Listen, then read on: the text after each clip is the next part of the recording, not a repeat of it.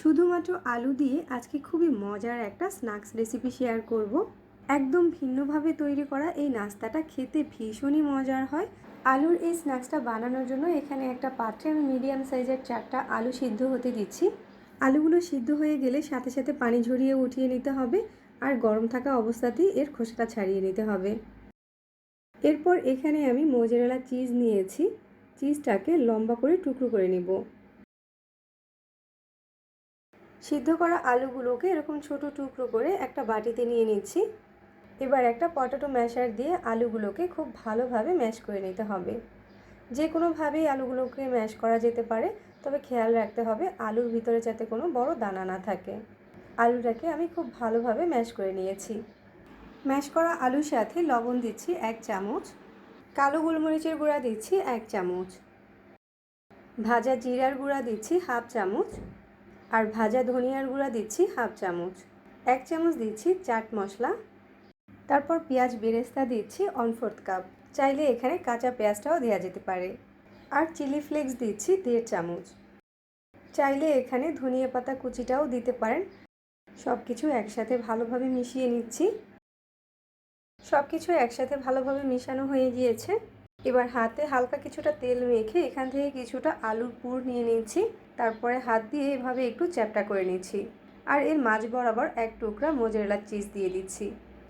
Mozzarella চিজটাকে চারো side থেকে আলুর পুর দিয়ে আটকে দিয়েছি। আর 2 হাতের তালুতে নিয়ে এটাকে একটু মসৃণ করে একটা পটেটো রোল তৈরি করে নিয়েছি। খেয়াল রাখতে হবে চিজটা যাতে বের না হয়ে যায়। আর ঠিক একইভাবে এখানে আমি বেশ কিছু পটেটো রোল তৈরি করে নিয়েছি। এখন কোটিংয়ের জন্য আমরা একটা ব্যাটার তৈরি করে নিব। এই জন্য একটা বাটিতে 1/4 কাপ নিচ্ছি ময়দা, সাথে 1/3 কাপ পরিমাণ পানি দিয়ে ময়দাটাকে গুলে একটা ঘন ব্যাটার তৈরি করে নিচ্ছি। পটেটো রোলের উপরের কোটিংটার জন্য আজকে আমি এখানে কিছু চিকন সেমাই নিয়েছি। সেমাইগুলোকে হাত দিয়ে একটু ভেঙে ছোট টুকরো করে নিচ্ছি। ময়দার ব্যাটারটা রেডি হয়ে গেলে এর ভিতরে একটা পটেটো রোল দিয়ে রোলটাকে ব্যাটারে ভালোভাবে কোট করে নিচ্ছি, যাতে করে কোনো অংশ ফাঁকা না থাকে।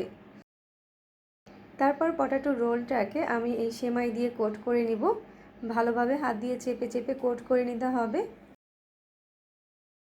আর ঠিক একইভাবে সবগুলো পটেটো রোলকে এভাবে সেমাই দিয়ে কোট করে নিব। পটেটো রোলগুলো ভাজার জন্য পাত্রে মিডিয়াম হিটে তেল গরম করে নিয়েছি। তেলটাকে খুব বেশি গরম না করেই এর ভিতরে পটেটো রোলগুলোকে দিয়ে দিচ্ছি। যেহেতু আলুগুলো আগে থেকেই সিদ্ধ করা, তাই পটেটো রোলগুলো ভাজতে খুব বেশি সময় লাগবে না। আমার প্রায় 4-5 মিনিটের মতো সময় লেগেছে পটেটো রোলগুলো ভাজতে। যখন এগুলোতে হালকা গোল্ডেন ব্রাউন কালার চলে আসবে, তখনই এগুলোকে তেল ঝরিয়ে উঠিয়ে নিতে হবে।